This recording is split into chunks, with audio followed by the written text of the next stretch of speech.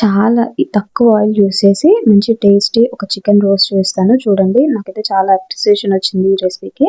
ముందుగా ఒక పాన్ పెట్టుకొని దాంట్లో ఒక 50 గ్రామ్స్ కరివేపాకు, ఇంకా ఒక 1 టేబుల్ స్పూన్ నువ్వులు, 1 టేబుల్ స్పూన్ కొబ్బరి పొడి వేసుకొని స్లో ఫ్లేమ్ పైన దీన్ని క్రిస్పీగా ఫ్రై చేసేసుకొని మొత్తం పౌడర్ చేసేసుకొని పెట్టుకోండి అనమాట. ఈ పౌడర్తోని మొత్తం టేస్ట్ చాలా బాగుంటుంది. దీంట్లో వాటర్ ఏం వేయకుండా పౌడర్ లాగా చేసుకోండి. నెక్స్ట్ ఈ రెసిపీ ఐరన్ క్యాస్ట్లో చేసుకుంటే టేస్ట్ ఇంకా చాలా బాగుంటుంది. సో ముందుగా ఒక 1.5 టేబుల్ స్పూన్ ఆయిల్ వేసుకొని దాంట్లో సన్నగా కట్ చేసుకున్న ఒక చిన్న ఆనియన్, హాఫ్ కేజీ చికెన్, కొద్దిగా అల్లం వెల్లుల్లి పేస్ట్ వేసుకొని మొత్తం బాగా కలిపేసేసుకోండి. కలుపుకున్న తర్వాత దీంట్లోనే కొద్దిగా పసుపు, కారం, ఉప్పు మొత్తం వేసేసి కలుపుకోండి.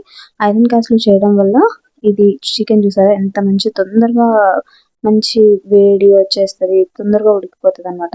ఇక్కడ నేను ఒక్క టీ స్పూన్ అంతా కాశ్మీరీ చిల్లీ పౌడర్ యూజ్ చేసి మళ్ళీ టేస్ట్ అంటే కారం కోసం రెగ్యులర్గా యూజ్ చేసే కారం వేసాను అనమాట.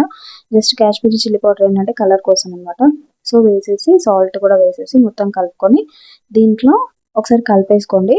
ఈ మనం మసాలా వేసిన తర్వాత కూడా అది అడుగంటకుండా ఐరన్ క్యాస్ట్లో చేస్తున్నాం కాబట్టి కొద్దిగా వాటర్, ఒక్క 1 టీ స్పూన్ అన్ని వాటర్ వేసుకొని మసాలా మాడకుండా ఉండడం కోసం మాత్రమే వేసుకొని మొత్తం ఒకసారి బాగా కలిపేసుకోవాలి. ఆ తర్వాత మనం రెడీ చేసి పెట్టుకున్న పౌడర్ ఉంది కదా, కరివేపాకు, నువ్వులు, ఇంకా కొబ్బరి పౌడర్, ఆ పౌడర్ కూడా వేసేసుకొని మొత్తం ఒకసారి బాగా కలుపుకొని ఒక 5 మినిట్స్ స్లో ఫ్లేమ్ పైన మూత పెట్టి ఉడికించేసుకోండి. ఆ తర్వాత కొద్దిగా కొత్తిమీర, ఇంకా కట్ చేసి పెట్టుకున్న ఒక 4-5 పచ్చిమిరపకాయలు ఉంటాయి కదా, అవి కూడా వేసేసుకోండి. దానిలో ఫ్లేవర్ కూడా బాగుంటుంది అనమాట. లాస్ట్కి కొంచెం గరం మసాలా యాడ్ చేసుకోండి. చాలా చాలా బాగుంటుంది రెసిపీ. తప్పకుండా ట్రై చేయండి. లైక్ చేయండి, షేర్ చేయండి, సబ్స్క్రైబ్ చేసుకోండి.